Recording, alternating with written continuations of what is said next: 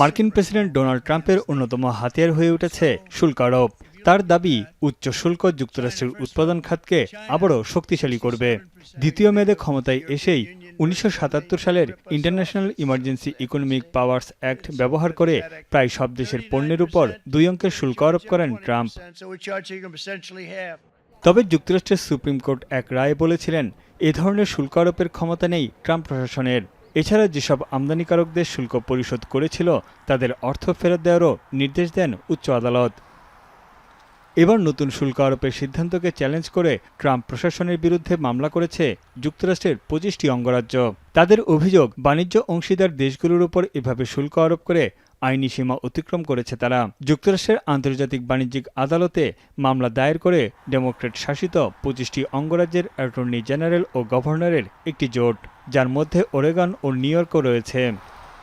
গেল জুলাইয়ে বাংলাদেশ সহ ৬০টি দেশের উপর ১০ থেকে ১২% করে নতুন শুল্ক আরোপ করে ট্রাম্প প্রশাসন।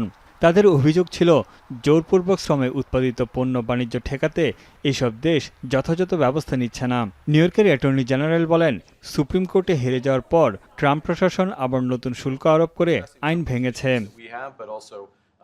এদিকে হোয়াইট হাউসের মুখপাত্র কুশ দেশাই বলেন, অন্য দেশের অন্যায্য বাণিজ্যিক আচরণের জবাব হিসেবে এই শুল্ক আরোপ যথাযথ এবং আইনসম্মত। তারা যুক্তরাষ্ট্রের বাণিজ্য ও মার্কিন শ্রমিকদের ক্ষতিগ্রস্ত করছে, তাই এই বিষয়ে ব্যবস্থা নিতেই নতুন শুল্ক বসিয়েছে ট্রাম্প প্রশাসন। তবে মামলাকারী অঙ্গরাজ্যগুলোর অভিযোগ, জোরপূর্বক শ্রমের বিষয়টিকে অজুহাত হিসেবে ব্যবহার করছে ট্রাম্প প্রশাসন। এক্ষেত্রে ব্যাপক আকারে শুল্ক আরোপ করে এই সমস্যার সমাধানে কোনো ভূমিকা রাখবে না। তানভীর জনি, এখন বিশ্ব।